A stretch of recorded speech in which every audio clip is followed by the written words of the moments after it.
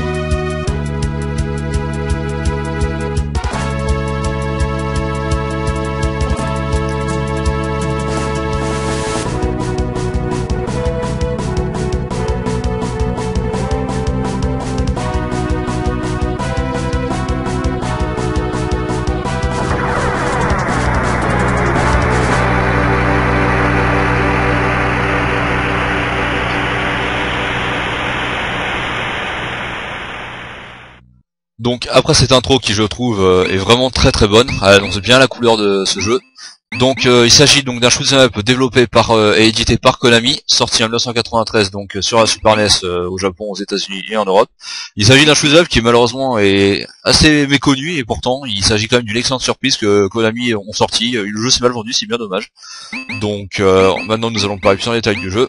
Donc je vous présente donc les menus principaux du jeu, donc qui sont plutôt simples à l'époque. Donc le choix des armes, la vitesse de déclenchement du scrolling, la difficulté, hop, le son, la luminosité, qui est un peu sombre d'ailleurs. Ce qui était assez rare d'ailleurs, les jeux en 2D de l'époque proposaient pas souvent des paramètres de luminosité. Axelay est un des seuls que je connaisse. Donc au niveau du scénario, comme vous avez pu le voir, bon, il s'agit d'une énième attaque d'extraterrestres de la Terre. Ça change pas, c'est toujours le scénario des shoot'em up. Donc, on commence donc par vous présenter. Donc, à chaque fois que vous commencez un niveau, vous sélectionnez les armes que vous voulez. Donc là, bien sûr, comme c'est le début, nous avons que 3 armes. Et je vous laisse apprécier la voix.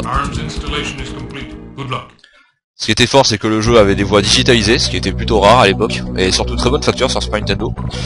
Donc ce qu'on peut dire, c'est que graphiquement c'était un shoot'em up sorti 2-3 ans après l'apparition de la Super NES. Et ce qu'on peut voir, c'est que Konami commençait vraiment à maîtriser la console, parce que graphiquement le jeu pour moi est un des plus beaux shoot'em up de la machine. On voit que là donc le jeu alterne entre des niveaux horizontaux et verticaux. Donc là, le niveau vertical en fait utilise la capacité de la Super NES qui s'appelle la 3D Mode 7. Donc en fait c'est un sol en 3D qui est simulé par rotation. Sauf que là en fait on a l'impression qu'il est monté sur un tube, donc ce qui donne une impression de rouleau quand le décor tourne. Ce qui est franchement très joli. Donc au niveau du gameplay, donc après ils ont une shoot'em up, on doit éviter les tirs ennemis, se frayer un passage à travers le décor. Donc comme tous les shoot'em up classiques des années 90 et voire même 80, donc Vendor Type, Gradius. D'ailleurs on retrouve un peu l'inspiration de Gradius, provenant du même développeur. Donc à savoir aussi que ce qui fait la particularité du gameplay, donc quand vous choisissez vos armes, vous avez en fait le choix entre 3 armes différentes. Donc une arme à utiliser selon l'action et comme vous le voulez. Donc moi personnellement j'utilise ces tirs là qui sont des tirs circulaires à 360 degrés, donc parfait pour couvrir toute la zone de combat. Donc là un mini boss, donc à exploser facilement avec les missiles macro, qui font de gros dégâts sur les boss. Donc on peut dire déjà c'est donc graphiquement c'est vraiment très joli. Les musiques aussi pour la Super NES sont vraiment de très bonne facture. Les musiques sont vraiment très belles. Bon après je fais de la qualité CD. Je vais laisser écouter quelques morceaux.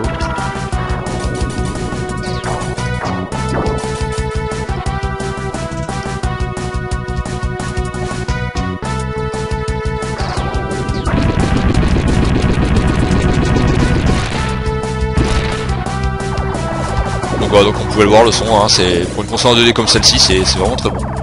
Le son il était vraiment nickel, le processeur de la console assure. Pas de soucis, Konami l'ont bien programmé.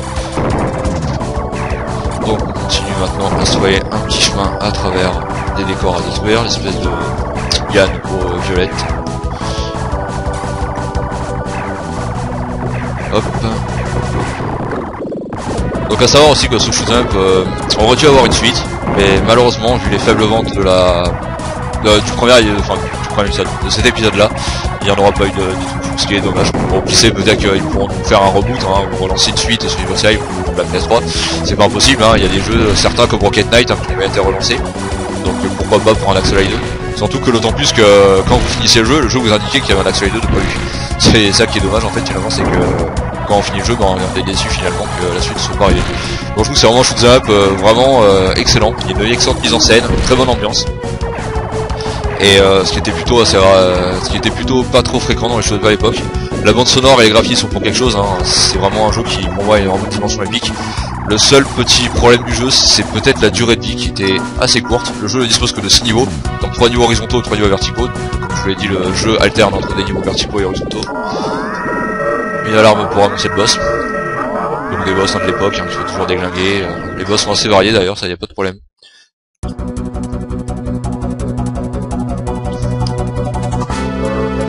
Là, une grosse araignée mécanique.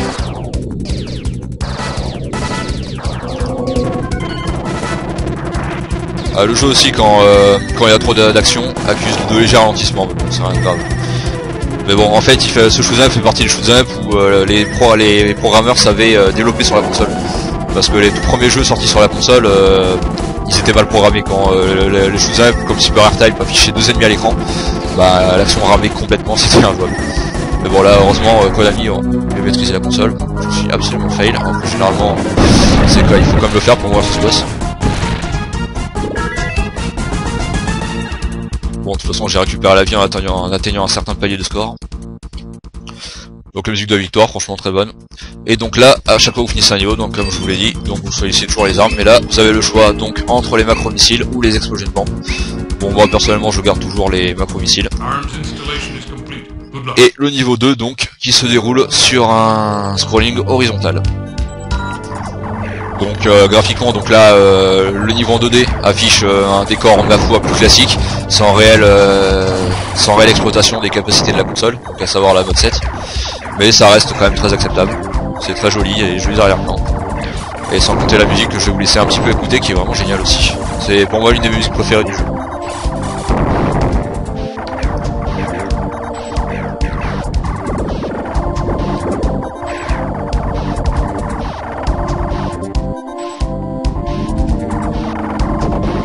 Là comme vous voyez, ben là, le tir par exemple là, circulaire, à 60 degrés, super utile pour balayer les murs en haut et en bas contre les tourelles.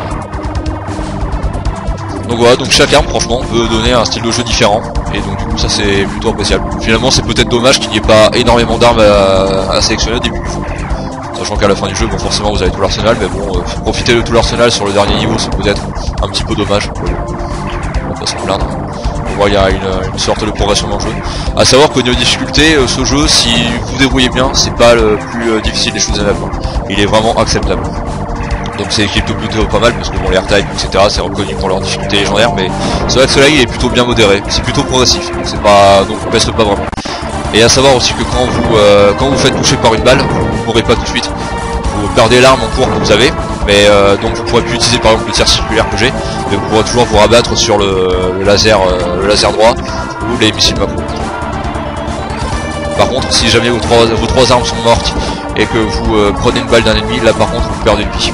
Par contre, si vous percutez le décor ou comme le boss comme moi tout à l'heure, là par contre vous avez pas de chance, vous mourrez directement, vous perdez une vie. Donc comme vous avez pu entendre dans la musique, franchement je la trouve vraiment de très très bonne qualité.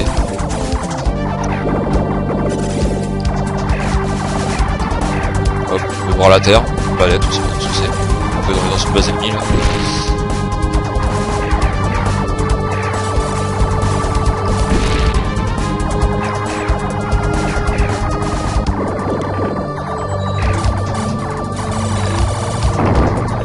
Hop. Donc Effectivement, oui, bref, donc c'est dommage que ce channel soit pas vraiment super connu parce que moi je le trouve vraiment très bon, donc pas de soucis. Après, bon, bien sûr, hein, il invente rien, il est classique, mais il est quand même super bien mené. Des fois, un jeu classique, mais finement bien mené, comme jeu, ça peut être vraiment ça. Mais ce shoot'em up en tout cas en fait partie. C'est juste dommage qu'il ait pas eu un bon succès comme un Gradius ou comme un AirTag. Parce qu'il manque pas de qualité, hein. Au niveau des défauts, pour moi, ce serait juste la durée de vie, ou si vous êtes très bon. Bon, de toute façon, les shoot'em up n'ont jamais eu beaucoup de niveaux, mais à l'époque, imaginez, vous payez le jeu à la sortie, sur une autre difficulté, celui-là il est plutôt acceptable. Vous finissez vite, je pense que ça peut faire mal au cul quand même. Après, c'est le genre de jeu où vous pouvez y rejouer tout le temps, ça vous lassera jamais. Je sais même pas le nombre de fois que j'ai pu finir avec Soleil, mais en tout cas, ce que je sais, c'est que ce shoot'em vous lassera jamais.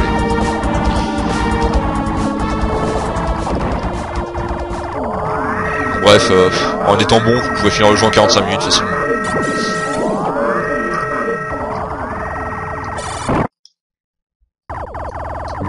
Hop, donc là, nous allons conclure la vidéo sur le boss, on va l'avoir battu. Je voulais vous montrer parce que ce boss pouvait montrer que la Super NES n'était pas dénuée de qualité en matière de graphisme. Maintenant, forcément, ça vous paraîtra peut-être des yeux, mais à l'époque, c'était une sacrée révolution de voir le deuxième boss de ce jeu. Un robot qui est vraiment très bien animé.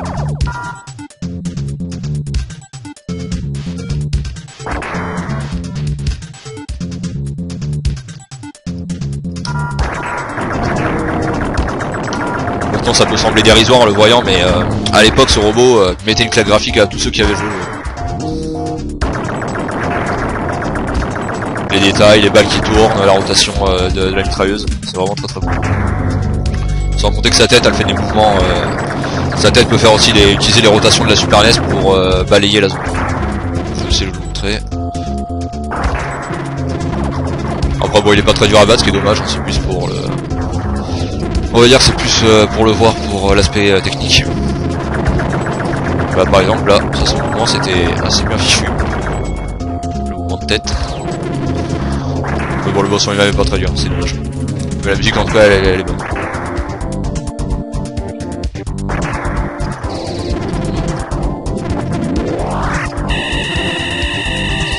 Pour laser, je sais pas.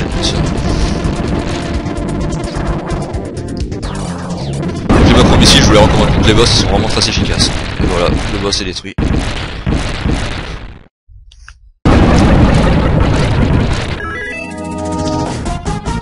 Bon, sur ce, cela met fin au test. J'espère que cette petite vidéo oldies vous aura plu. Donc si ça vous a plu, n'hésitez pas à me le dire. Et donc je pourrai tester d'autres jeux sur toute machine pour vous présenter différentes expériences de jeu en matière de oldies. Voilà, j'espère que cette vidéo vous aura plu, que le jeu vous aura plu également. Et à bientôt pour de nouveaux tests. Salut tout le monde.